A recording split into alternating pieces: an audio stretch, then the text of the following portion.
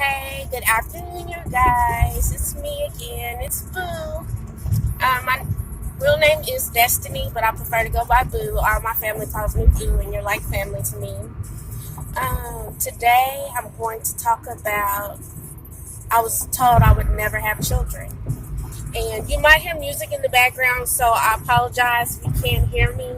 No, I do not have rights to any of the music. It's not my music. It's just a local radio. So that's a little just disclaimer.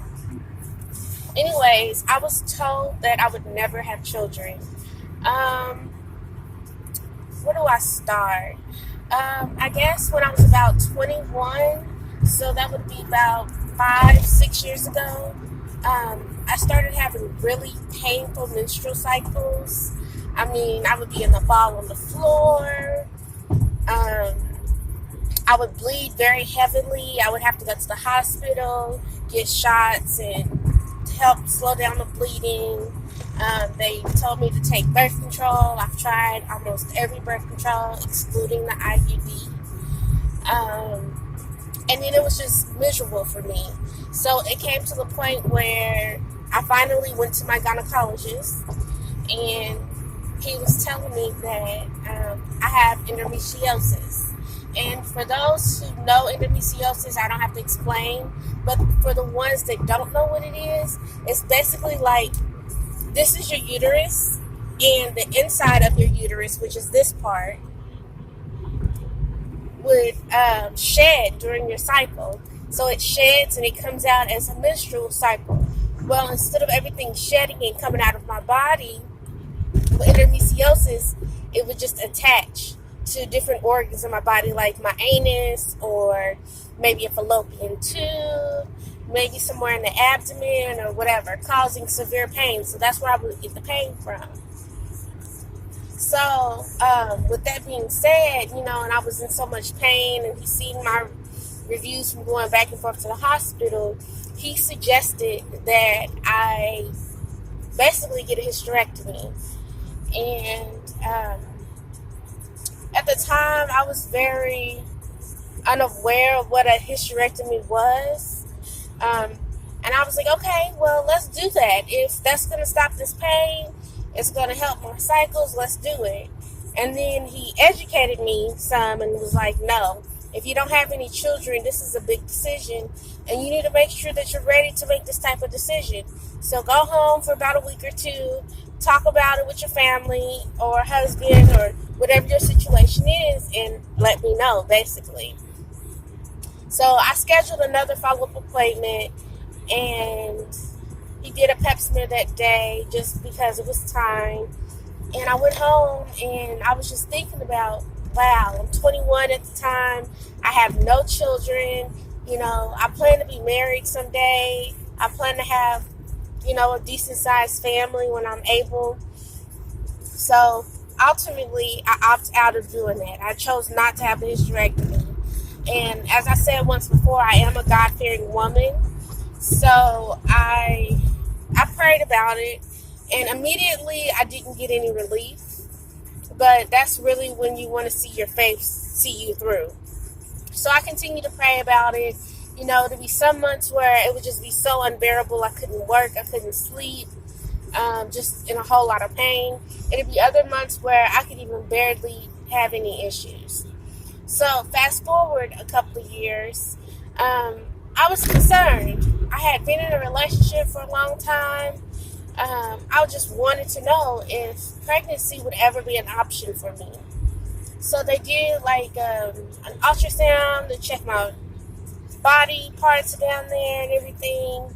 And the ultrasound come back that I have PCOS. So on top of having endometriosis, I get diagnosed with PCOS, which is polycystic ovarian syndrome.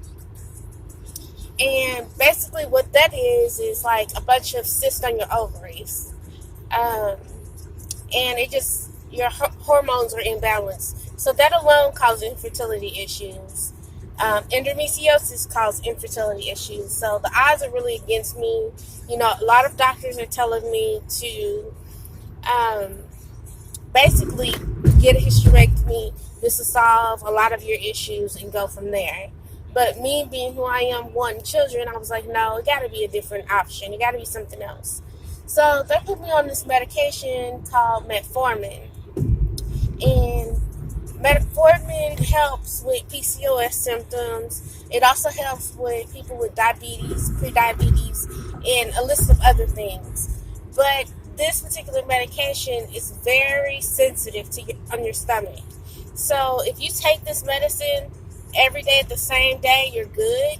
But if you don't take it the same day, it has to regenerate and re-get back into your system.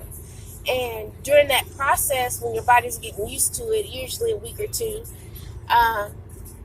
you have really bad diarrhea, and then you're just miserable, your stomach hurts, all types of stuff. And then if you read online, it's pros and cons to the medicine. So I started taking that medicine. I kept believing in God. I started volunteering in my church. I started praying. I started forgiving other people. And, just believing in God. If it's time for me to have a hysterectomy, give me a sign. If I might have children, Lord, just give me a sign. So fast forward a couple of more years. This is 2017 now. 2017, April, I went on a family trip. So 1 year ago, this time, I went on a family trip, and I was with a family friend, and we got to know each other a little well. And then before I knew it, I was pregnant. So I'm here to tell you that when you pray and you put everything in God's hands, anything can happen. I'm not trying to preach the gospel on anyone by no means, but I'm a God-fearing woman, so all I can do is tell you from my perspective and what my beliefs are. If you have other beliefs, that's fine, but these are just my beliefs. And I am so blessed to have a 4-month-old little boy. Being that I thought I would never have him, having so many issues and everything that I've gone through up until this point, it's been, a 5-6 year journey of me and not knowing if I would ever be able to conceive. And I conceived naturally. I didn't have any fertility drugs. I didn't have any fertility treatments. I am so blessed to say that, I have a son. And I'm just here to give somebody else motivation, because somebody might be going through the same thing, similar situation, or something totally different. And, I think you should just pray about it, believe in God, and have patience. When you least expect something to happen, that's when it normally happens.